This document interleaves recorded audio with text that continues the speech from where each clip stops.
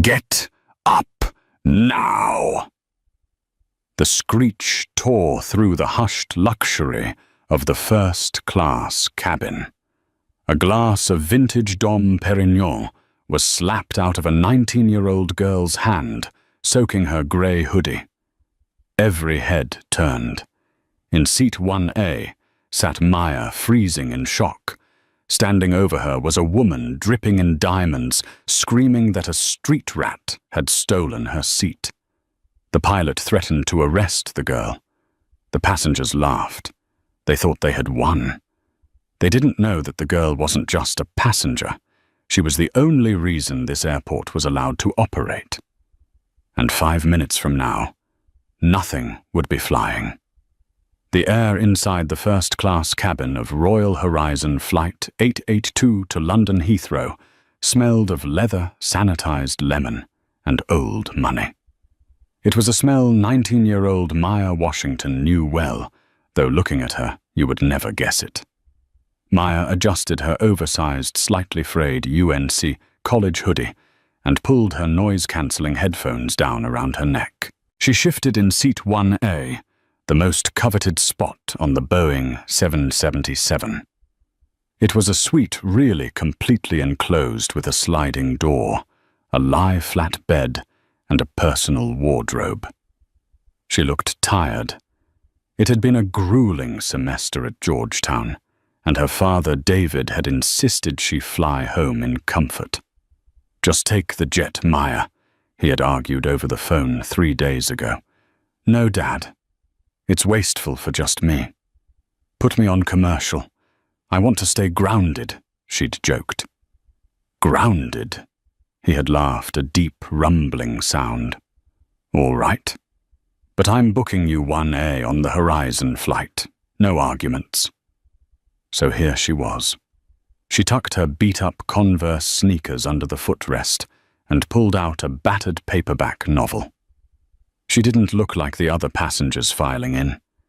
She didn't have the Louis Vuitton carry-on or the stiff, Botoxed expression of bored wealth.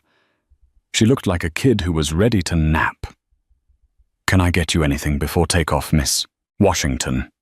The flight attendant, a kind-faced woman named Sarah with a tight blonde bun, hovered with a silver tray.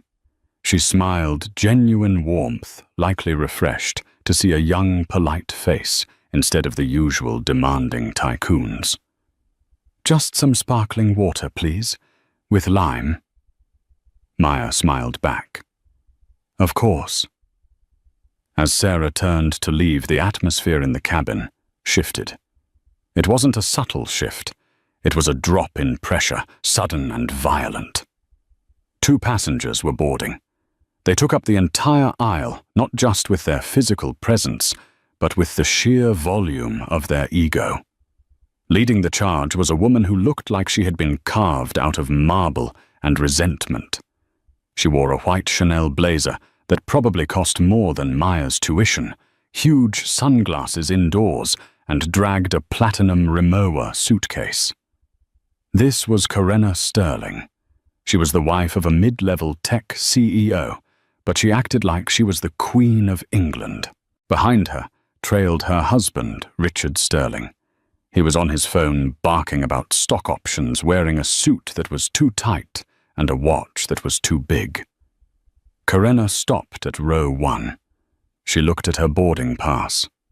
1B. Then she looked at the empty seat. B. Then she looked across the aisle to 1A. She saw the hoodie. She saw the messy bun. She saw the black skin. Corinna's lip curled. It was a visceral, physical reaction of disgust. She didn't sit down. She didn't put her bag away. She simply stood there, blocking the aisle for everyone behind her. "Richard," she snapped, her voice cutting through the soft jazz playing over the speakers. "What is it, Kay?" Richard didn't look up from his phone. "There is a problem. A hygiene problem." Maya didn't realize they were talking about her. She was reading the first page of her book. Corinna stepped closer, looming over Maya's suite. She tapped a manicured nail, blood red, hard against the privacy shell of Maya's seat. Click, click, click. Maya looked up, startled. "Excuse me." "You're in my seat," Karenna said. It wasn't a question. It was a verdict. Maya blinked. She checked her ticket stub on the console. No. I'm 1A. You must be 1B." She pointed to the empty suite across the aisle. "That one is yours." Karenna laughed. It was a cold, sharp sound. "Don't play dumb with me, little girl. I know how this works. You wait until the real passengers board, and then you try to sneak into the empty seats to take a selfie for your little Instagram. Get up." "I have a ticket," Maya said, her voice calm. She had been raised to handle high-pressure situations. Her father wasn't just a businessman. He was a titan of industry. She had sat at dinner tables with senators and warlords. A woman in a Chanel blazer didn't scare her. "Let me see it," Karenna demanded, holding out her hand. "No," Maya said simply. "I showed it to the gate agent. That's enough." Richard finally looked up from his phone. He saw his wife fuming and a young black girl in a hoodie sitting in the seat he secretly wished he had booked. "What's the hold-up? We're blocking the line." "This person is refusing to move. She's obviously a stowaway, Richard. Look at her. She's wearing gym clothes." Karenna gestured at Maya's leggings as if they were covered in toxic waste. "I'm not spending 7 hours across the aisle from someone who looks like they just robbed a convenience store." "Ma'am?" Sarah, the flight attendant, hurried back, balancing the sparkling water. "Is there a problem?" "Yes." Karenna spun around her handbag, nearly knocking the tray out of Sarah's hands. "Why is there a child in first class, and why is she dressed like that? I paid $12,000 for these tickets. I expect a certain caliber of environment." Sarah kept her professional smile, though it was straining at the edges. "Ms. Washington is a ticketed passenger, Mrs. Sterling. Please take your seat so we can finish boarding." "Washington," Richard scoffed.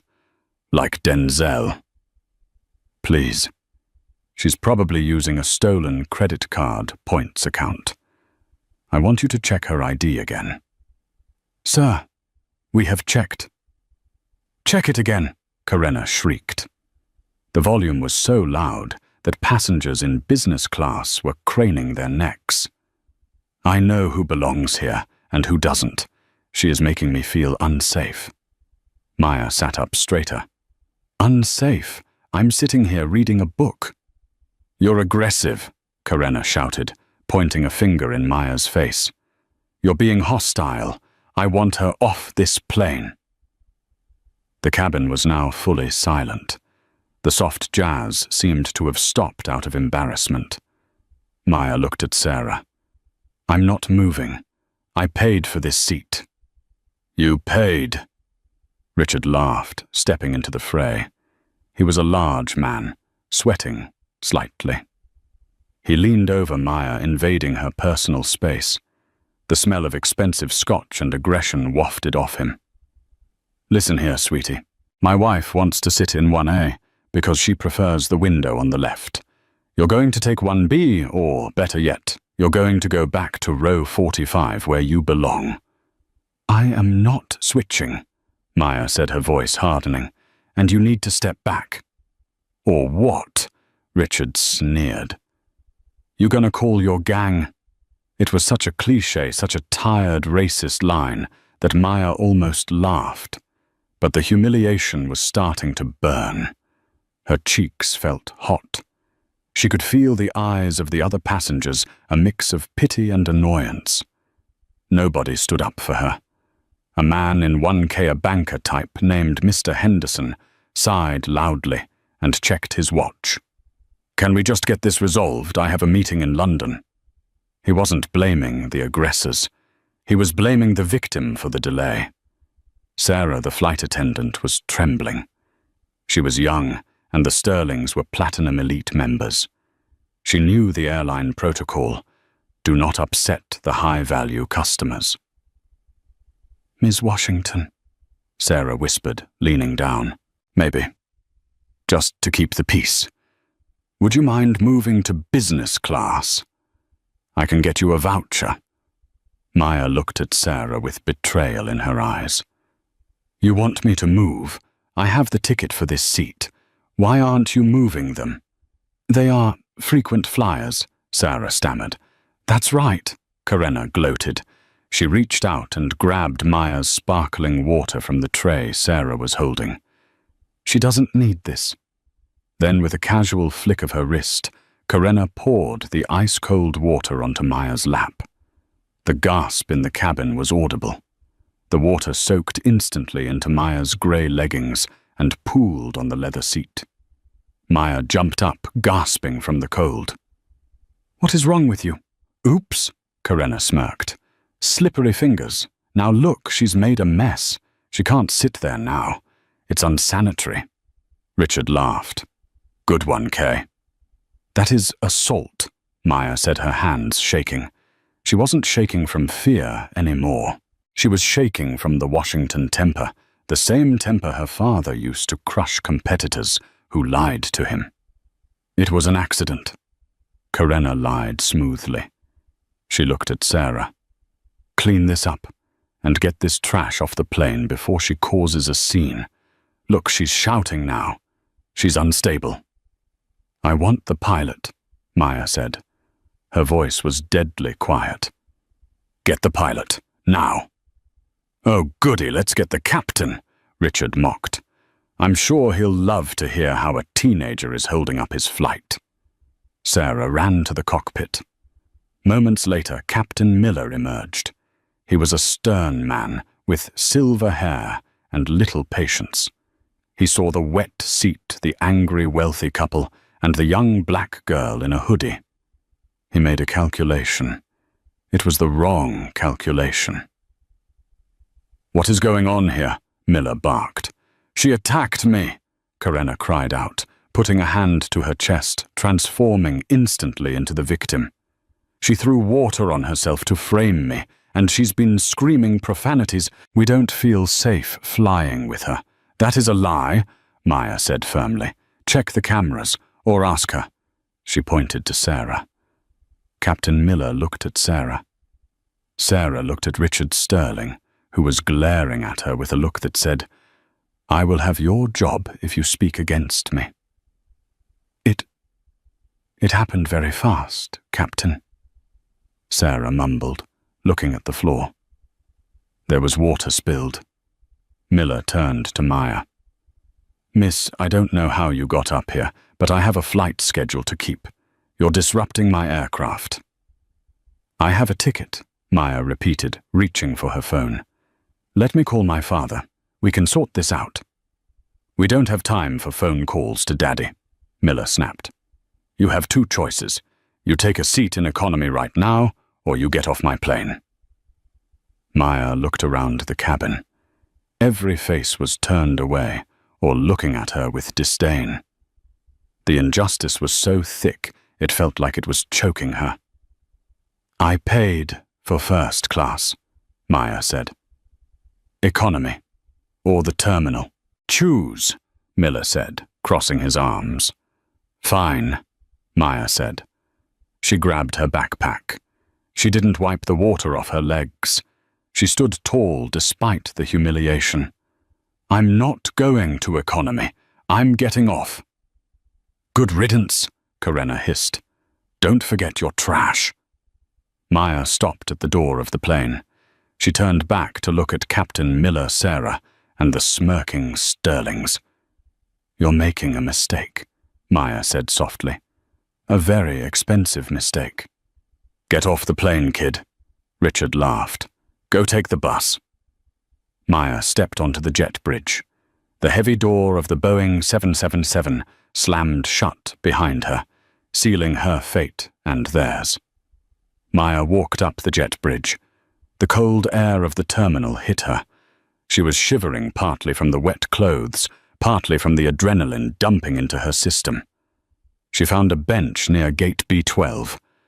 She didn't cry. Washingtons didn't cry when they were insulted. They strategized. She pulled out her phone. Her lock screen was a picture of her and her dad fishing in Montana. She unlocked it and scrolled to, "Dad, do not ignore." It rang once. "Maya." His voice was warm, instantly soothing. "You boarding? You should be in the air in 10 minutes. "Dad," Maya said. Her voice cracked just a little. The tone on the other end changed instantly. The warmth evaporated, replaced by the sharp, terrifying focus of a predator. "What's wrong? Are you hurt?" I got kicked off the plane, Dad." Silence.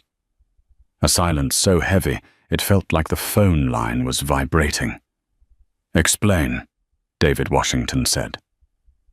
One word. Maya told him everything. The hoodie, the Sterlings, the hygiene comment, the water. The captain refusing to listen. The humiliation. "They called me a street rat, Dad. They said I didn't belong." "Who?" David asked. "I want names. Mr. and Mrs. Sterling, Richard and Karenna, and the pilot, Captain Miller, Royal Horizon Flight 882. "Where are you now?" "Gate B12, sitting on a bench. My legs are wet." "Are you safe?" "Yes, just humiliated." "Maya," David said, his voice dropping an octave.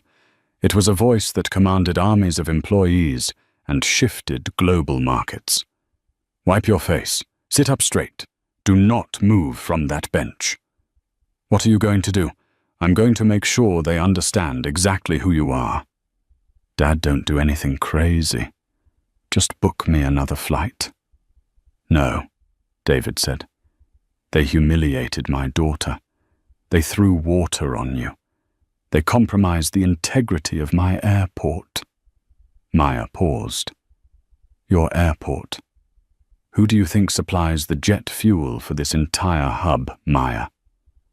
Who owns the ground handling logistics? Who owns the hangars they park in?"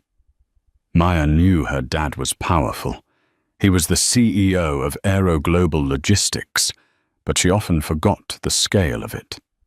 He didn't just move boxes. He owned the infrastructure that made air travel possible in 3 states. "Dad, hang up Maya. Watch the windows." "What?" "Watch the plane. I'll be there in 20 minutes. The line went dead. Maya looked out the massive terminal windows at Flight 882. The tug truck was already pushing it back. The engines were spooling up that familiar high-pitched whine. They were leaving. They had won. Or so they thought. Inside the plane, Karenna was settling into seat 1A, Maya's seat. She had placed a blanket over the wet spot. "Finally," she sighed, accepting a fresh glass of champagne. "Peace and quiet. I tell you, Richard, the airline standards are slipping, letting riff-raff like that in here." "You handled it, babe," Richard toasted her. "To us." "To us?" They clinked glasses. The plane began to taxi toward the runway, and then abruptly the plane stopped. It wasn't a slow stop. It was a lurching halt. The lights in the cabin flickered and died. The emergency lighting hummed on a sickly blue. The engines, which had been winding up for takeoff, spooled down into a dead silence. "What is that?" Karenna asked, annoyed. "Why did we stop, ladies and gentlemen?" Captain Miller's voice came over the intercom, sounding confused. "We seem to have lost power from the ground units, and, well, this is strange. Tower has ordered us to hold position immediately." Richard looked out the window. "What the hell?" Outside on the tarmac, it looked like an invasion. 3 massive black SUVs with flashing orange lights were tearing across the tarmac, ignoring all speed limits. They were followed by 2 heavy-duty fuel tankers and a fleet of airport security vehicles. They weren't coming to help the plane. They were surrounding it. The SUVs screeched to a halt right in front of the Boeing 707's nose gear, blocking its path completely. The fuel tankers pulled up behind the engines, boxing the plane in. Are those police? Karenna asked, her voice trembling slightly. No, Richard said, squinting into the darkness. That's not police. That's operations. The door of the lead SUV flew open. A man stepped out. He was tall, black, wearing a bespoke Italian suit that cost more than Richard's car. He walked with a limp, using a cane with a Silver Eagle's head handle. He didn't look at the plane. He pointed at the ground crew. He made a cut-it motion across his throat. Instantly, the ground crew disconnected the auxiliary power unit. The plane went completely dark. No AC, no air. Who is that? Karenna whispered. Richard's face went pale. He recognized the man from the cover of Forbes magazine. He recognized the man who had just signed the contract to acquire Richard's own struggling tech company last week. Oh my God, Richard breathed. That's David Washington. Who? The guy who owns the airport, Richard said, sweat breaking out on his forehead. And I think that girl said her name was Washington. Inside the cabin of Flight 882, the atmosphere had shifted from annoyance to genuine fear. The modern Boeing 707, usually a marvel of engineering, had become a metal coffin. Without the auxiliary power unit APU or the engines running, the air circulation stopped immediately. The temperature began to rise. It wasn't a slow creep. With hundreds of bodies and the residual heat of the avionics, the cabin became stifling within minutes. The emergency lights cast ghoulish, flickering shadows across the faces of the first-class passengers. Karenna Sterling fanned herself with the safety card, her face flushed. This is ridiculous. Richard, tell them to turn the air on. I can't breathe. Richard was pale, staring out the window at the armada of black vehicles surrounding them. They can't, Karenna. The ground power is cut. We're dead in the water. Well, call someone. Call the senator, Karenna hissed. I have no signal, Richard whispered, holding up his phone. It's jammed. It wasn't technically jammed, but the dense positioning of the heavy logistical trucks and the interference from the secure comms channels outside had effectively created a dead zone. In the cockpit, Captain Miller was losing his composure. He toggled the radio to the tower. Tower, this is Horizon 882. We are being blocked by unauthorized vehicles, requesting immediate security assistance to clear the runway. Over. The radio crackled. The voice from the tower wasn't the usual air traffic controller. It was the airport director, Marcus Thorne. Horizon 882, this is Director Thorne. We cannot clear the vehicles. Those vehicles belong to Aero Global Logistics. They own the tarmac you are sitting on. They have declared a Level 4 security halt. Level 4. Miller wiped sweat from his brow. That's a terror threat. We are just a passenger flight. The report states that a passenger on board was assaulted, and the perpetrator is still at large within the cabin, and that the flight crew failed to neutralize the threat. Until the threat is removed, Aero Global has revoked your refueling and takeoff clearance. You are grounded, Captain. Miller stared at the radio. Assault. It was a spilled glass of water. Take it up with Mr. Washington, Captain. He is standing at your nose gear. Miller looked down. Through the cockpit glass, he saw the man in the suit, leaning against the landing gear, calmly checking his watch. It was a power move of terrifying proportions. David Washington wasn't just stopping a plane. He was showing them that time belonged to him. Back in the cabin, the murmurs were growing into shouts. "Why are we stopping? I have insulin in my bag. It's getting hot in here." Mr. Henderson, the banker in 1K, unbuckled his seatbelt. He stood up and looked at the Sterlings. The sheen of sweat on his forehead made him look severe. "You," Henderson pointed at Karenna. "This is because of you." Karenna gasped, clutching her pearls. "Excuse me. I am a victim here." "You kicked that girl off," Henderson said, his voice rising. "And now we are surrounded. That girl, she wasn't nobody, was she?" The realization rippled through the first-class cabin, like a virus. The passengers who had previously been complicit with their silence suddenly found their moral compasses when their own comfort was threatened. "She said her name was Washington," a woman in row 2 whispered. "Does anyone know who runs this airport?" Richard Sterling shrank into his seat. He knew. He knew exactly who it was. He was currently holding 40% of his company's debt in a portfolio managed by a subsidiary of Aero Global. If David Washington squeezed Richard, wouldn't just lose his flight. He would lose his house, his car, and his life. "Richard," Karenna whined. "Do something." "Shut up," Richard snapped, a vein bulging in his neck. "Just shut up, Karenna. You have no idea what you've done." Suddenly, the heavy thud of the jet bridge, reconnecting to the fuselage, echoed through the plane. It was a mechanical, ominous sound. Thunk. Whirr. The cabin door, which had been sealed for takeoff, was unlocked from the outside. Sarah, the flight attendant, stood by the door, terrified. She looked at Captain Miller, who had come out of the cockpit. "Open it," Miller said, defeated. "We have no choice." Sarah rotated the heavy handle. The door swung open. A rush of cold, fresh air from the terminal swept into the humid cabin. But nobody relaxed, because standing in the doorway was not the police. It was not it was Maya. She had dried her face. She was still wearing the wet leggings, the stained hoodie. She looked small against the backdrop of the industrial steel of the bridge. But she wasn't alone.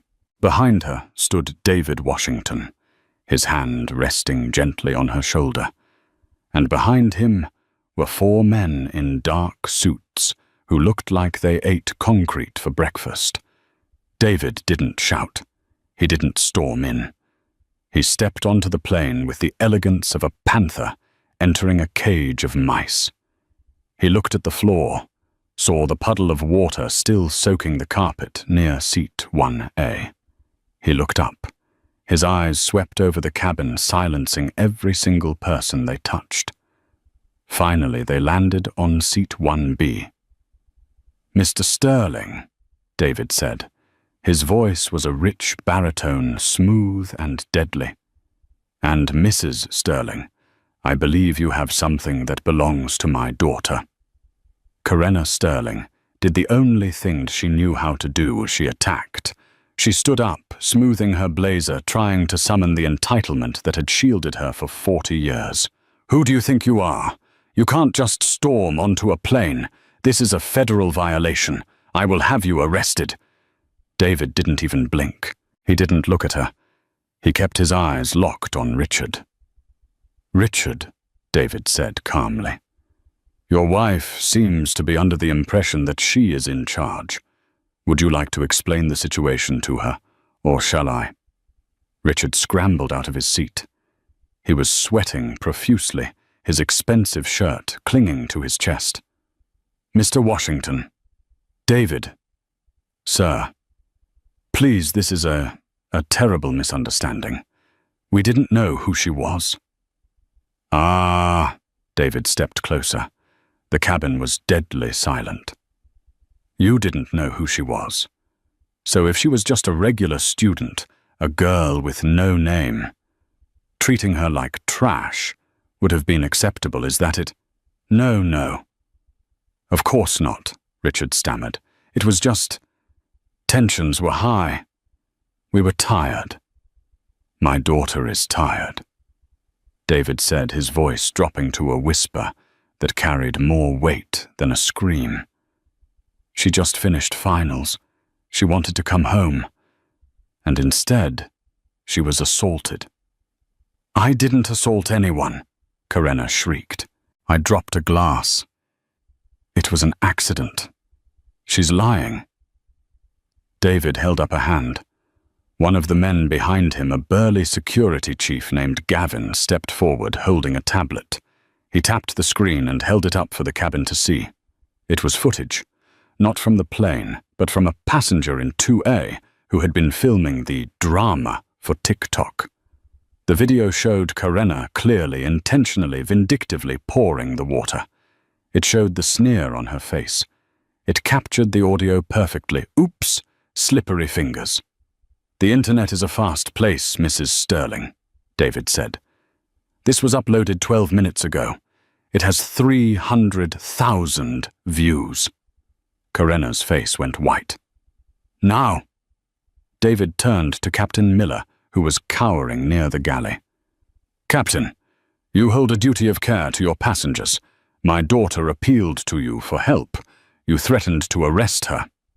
Sir, Miller stammered. I followed protocol for a disruptive passenger. Disruptive? David laughed, a dry, humorless sound. She was reading a book. You saw a black girl in a hoodie, and you saw a white woman in Chanel, and you made a choice. You chose the money. You chose the status. David reached into his pocket and pulled out a phone. He dialed a number on speaker. Yes, Mr. Washington, a voice answered. It was the CEO of Royal Horizon Airlines, Jonathan Vance. Jonathan, David said, I'm on flight 882. I'm looking at Captain Miller. He just facilitated a hate crime on your aircraft and kicked my daughter off the plane. He did what? Jonathan Vance's voice boomed. David, I am so sorry. Is Maya okay? She's wet. She's humiliated. And I am currently blocking your entire London corridor until this is rectified. Consider it rectified, Vance said. Put Miller on. David held the phone out to the captain. Captain Miller. Vance's voice was icy. Yes, sir, Miller whispered. You are relieved of command, effective immediately. Pack your bag. Get off the plane. You will face a disciplinary board tomorrow, but frankly, don't bother bringing a lawyer. You're done. Miller looked like he had been punched in the gut. He slumped against the bulkhead. And Jonathan, David added. The passengers in 1A and 1B, the Sterlings. Ban them, Vance said instantly. Lifetime ban. Global. They don't fly Horizon, they don't fly our partners. Get them off my aircraft. David hung up. He looked at Richard Sterling. You heard the man, David said. Get your bags. Richard looked at Karenna. The realization of what was happening was crushing him. David, please. The deal. The acquisition. We're supposed to close on Monday. If you pull out, my company collapses. I have 300 employees. David looked at Maya. Maya, what do you think? Should we buy Mr. Sterling's company? Maya stepped forward. She looked at Richard, then at Karenna. She saw the fear in their eyes, the same fear they had tried to inflict on her. No, Maya said softly. I don't think we should do business with people who lack basic humanity. They might treat the employees like they treated me. David nodded. You heard her, Richard. The deal is dead. I'm instructing my legal team to exercise the call option on your loans immediately. You have 24 hours to pay back the $12 million you owe me. Richard fell to his knees, literally dropped to the floor of the first-class cabin. No, please, that will bankrupt us. That's everything. You should have thought about that before you called my daughter a street rat, David said coldly. Gavin, remove them. The extraction of the sterlings was not dignified. Karenna refused to move. She clung to the armrest of seat 1A, screaming that she was a citizen, that she had rights. "You have the right to remain silent," a new voice boomed. 2 officers from the airport police authority marched onto the plane past David and Maya. They weren't there for Maya. "Karenna Sterling," the lead officer asked, "we have a signed complaint for battery and disorderly conduct. You are under arrest." "Battery," Karenna screeched as they pulled her up. "It was water. You poured a liquid on a person with intent to harm and humiliate. That is battery in this state, ma'am. And given the flight crew's statement, we are adding interference with a flight crew, which is a federal felony." They cuffed her. The clicking of the handcuffs was the loudest sound in the world. As they dragged a weeping, thrashing Karenna down the aisle, the passengers in economy who had been watching the drama unfold through the curtains started to clap. A slow clap at first, then a roar of applause. Richard Sterling followed them, carrying his bags. His head hung low. He was a broken man. He walked past Maya and stopped. He started. "Don't." David stepped in front of Maya. "Don't speak to her. You are not worthy of speaking to her. Go." Richard shuffled off the plane. The cabin was chinned again. The air was still hot, but the tension had broken. David turned to the passengers. "I apologize for the delay, everyone. A new flight crew is on their way. The AC will be on in 30 seconds. Open bar is on me for the duration of the flight." A cheer went up from the cabin. David turned to Maya. "Come on, baby girl. We're going home." "I'm not flying," Maya asked, looking at the empty seat. "Not on this plane." David smiled. "The jet is warmed up. Mom is waiting. And I think you need a shower and some dry clothes." They walked off the plane together. As they stepped onto the jet bridge, Maya looked back one last time at seat 1A. It was empty, wet, and sad. She turned to her father. "Dad, yeah, did you really buy the debt on his company?" "I did," David said, checking his phone as they walked toward the terminal, where the private shuttle was waiting. "And I just sold it to a liquidation firm for pennies on the dollar. By the time Richard gets out of the taxi rank, his keycard won't work at his office." "That's brutal," Maya said. "It's business." David put his arm around her. "But defending you, that's personal. Nobody touches my family." The fallout. By the next morning, the story was global news. The video of Karenna pouring the water had 40 million views. The hashtag #FirstClass Karen was trending #1 worldwide. But the real story was happening in the boardrooms. Sterling Tech Richard's company was in a death spiral.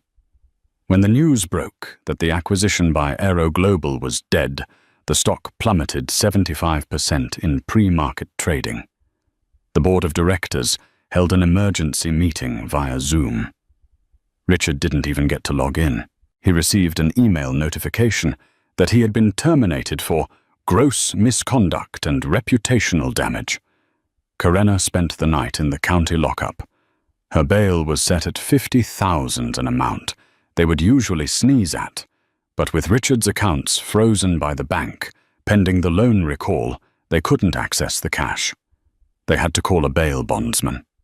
When Karenna walked out of the police station the next day, disheveled without her Chanel blazer, it had been seized as evidence. She was met by a wall of paparazzi. She tried to hide her face, but there was nowhere to go. And Captain Miller. The pilot union refused to represent him.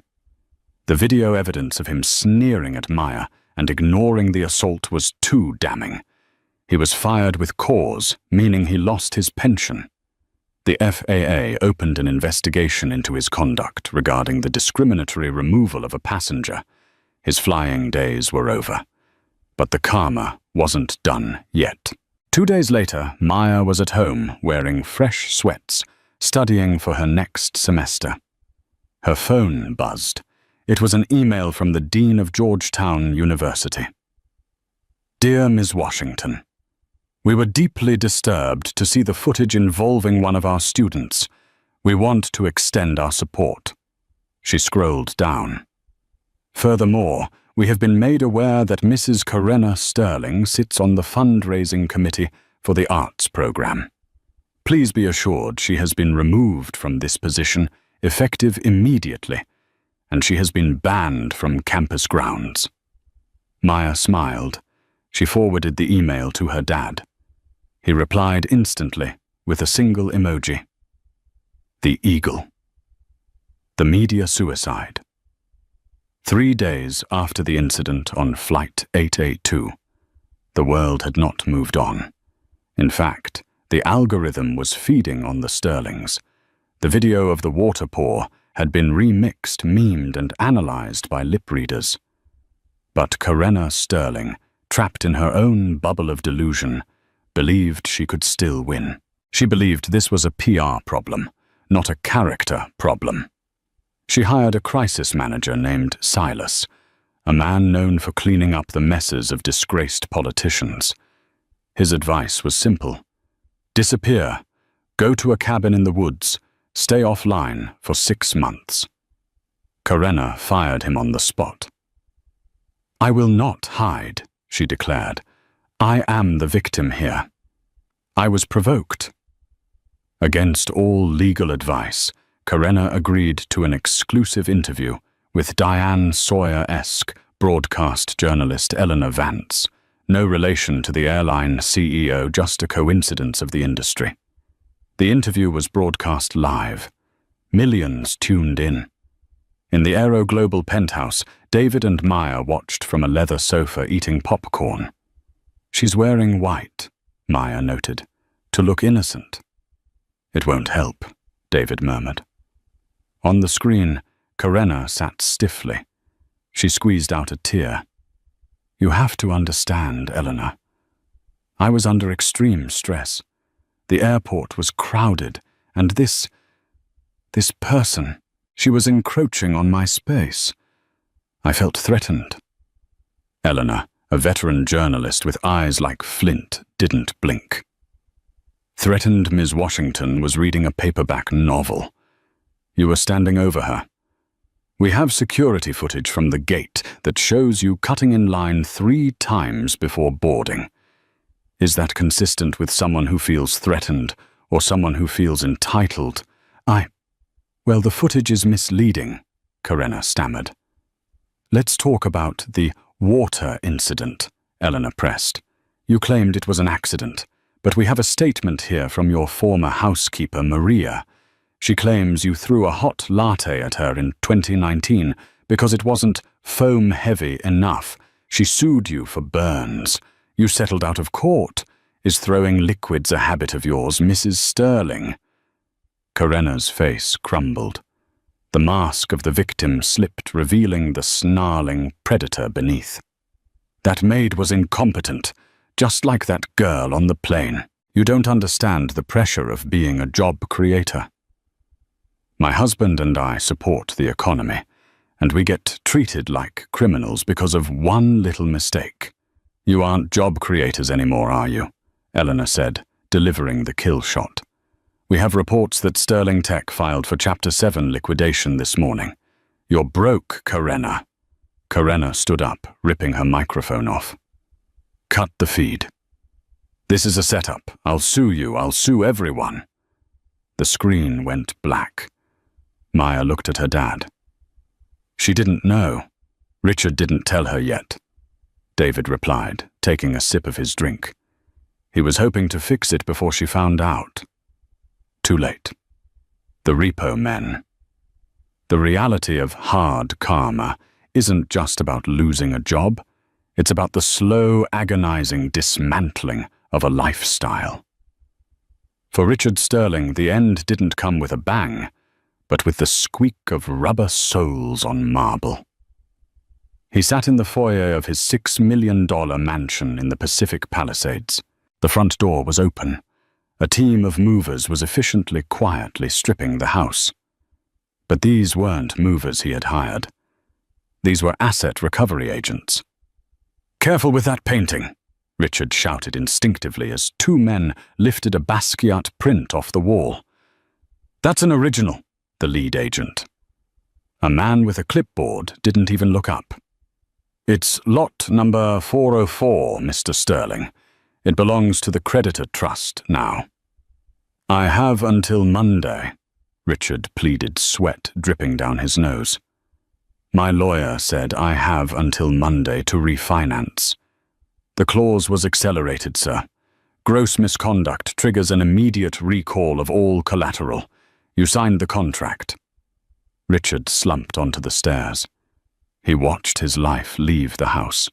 The grand piano, the imported sculptures, the wine collection. It was all going into trucks labeled Aero Global Asset Management. Then the driveway gravel crunched. Karena's Mercedes, which she still had, screeched to a halt. She stormed in fresh from her disastrous interview. "Richard?" "My credit card was declined at the gas station." The attendant cut it up. "Do you have any idea how embarrassing that was?" She stopped. She saw the empty walls. She saw the men packing up the antique rug she loved. "Richard?" Her voice trembled. "What is happening?" "It's over." "Kay," Richard whispered, putting his head in his hands. David Washington didn't just buy the company debt. He bought the personal guarantees, the house, the cars, the boat. It's all his. "No." Karena shook her head, her eyes wide with a manic refusal to accept reality. "No." "Call him, apologize, beg him." "I tried," Richard screamed, finally snapping. "I called his office 50 times. I sent emails. I even sent a handwritten letter." "He won't speak to me." "Then we go to him," Karena hissed. "We go to his office and we don't leave until he fixes this." The final meeting. David Washington didn't usually take meetings with people he had destroyed. He preferred to let the lawyers handle the debris. But Maya had asked for this. "I want them to see," she had said. "I want them to see that it wasn't about the seat. It was about the dignity." So on a rainy Tuesday, Richard and Karena Sterling were granted a 15-minute slot at the Aero Global headquarters. They didn't arrive in a limo. They took an Uber X, and the driver had rated them 1 star because Karena complained about the smell of his air freshener. They walked into the lobby. It was a cathedral of glass and steel. They were escorted not to the boardroom, but to a smaller glass-walled conference room overlooking the airfield. Inside, David sat at the head of the table. He was reading a file. He didn't stand up. Maya sat next to him. She wasn't wearing a hoodie today.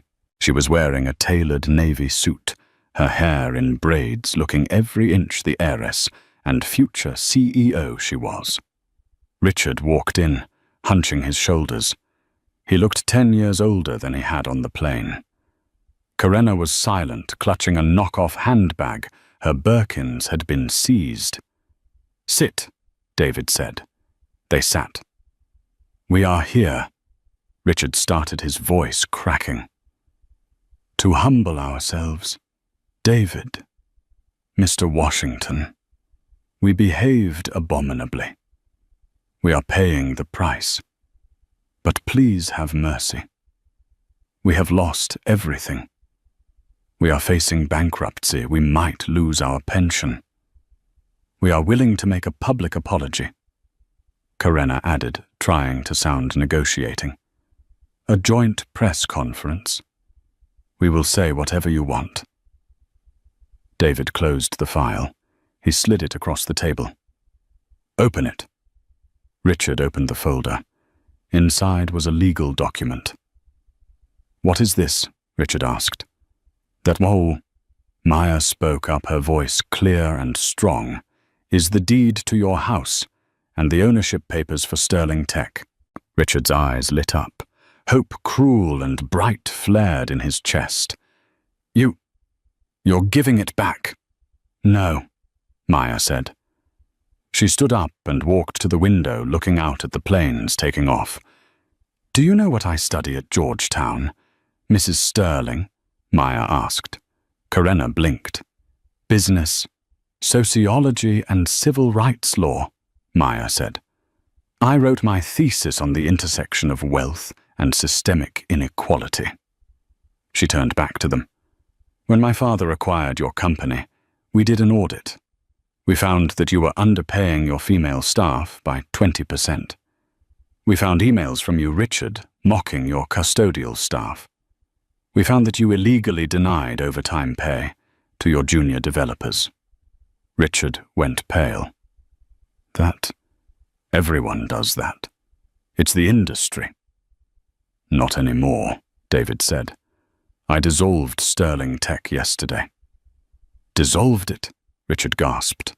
"But the IP, the software." "We kept the software," David said, "and we transferred all 300 employees to a new division of Aero Global. They all kept their jobs. In fact, we gave them a 15% raise and full benefits. They are very happy. They don't miss you." "And the house," Karenna whispered. "My beautiful house. It is a beautiful house," Maya agreed. "That's why we donated it." "Donated it?" Karenna looked like she was going to be sick. "It is now the Maya Washington Transitional Housing Center," Maya smiled. "It will provide temporary luxury housing for single mothers who are finishing their college degrees. The first 4 families move in on Friday. They are going to love the pool." Silence. Absolute crushing silence. Richard stared at the table. The magnitude of his loss was total. His legacy wasn't just gone. It had been inverted. Everything he had built to exclude people was now being used to elevate the very people he looked down on. "Why?" Richard croaked. "Why go this far? You won. You kicked us down. Why bury us?" David leaned forward.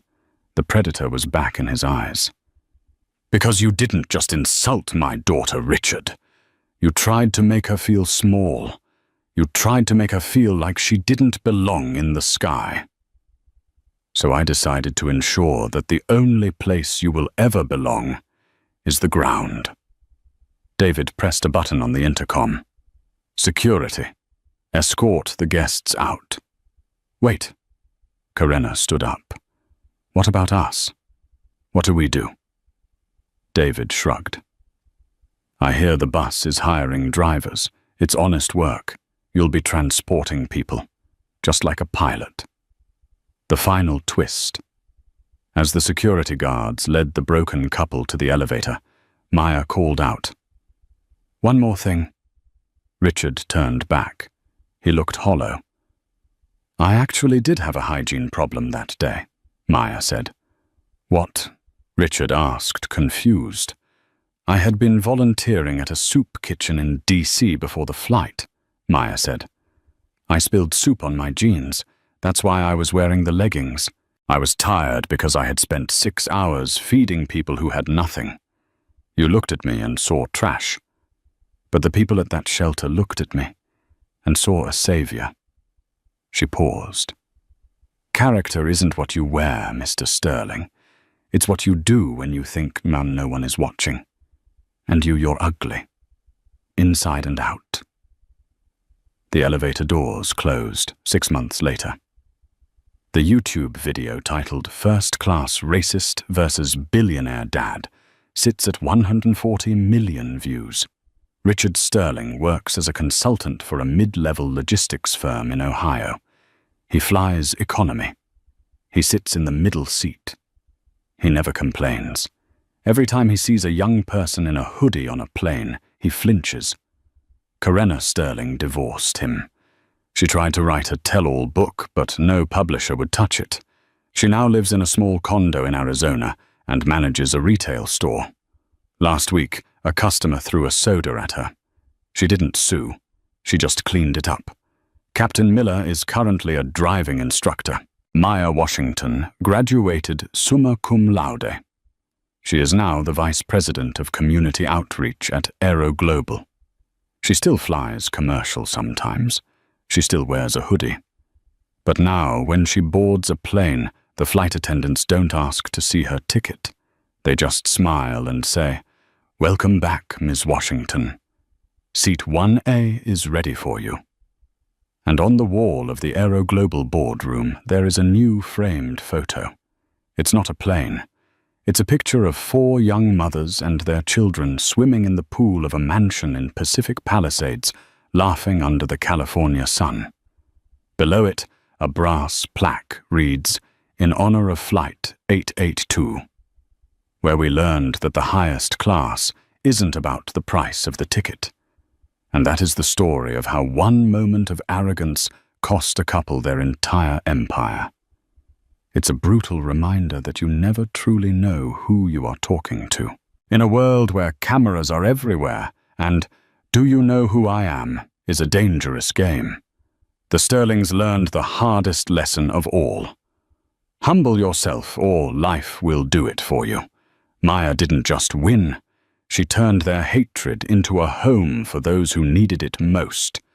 That is the ultimate victory, not just defeating your enemy, but replacing their negativity with something beautiful. What would you have done if you were David Washington? Was taking their house too far? Or was it exactly what they deserved? Let me know in the comments below. If you enjoyed this story of extreme karma and justice, please smash that like button. It really helps the channel. Don't forget to subscribe and hit the bell notification so you never miss a story. Thanks for watching and stay humble.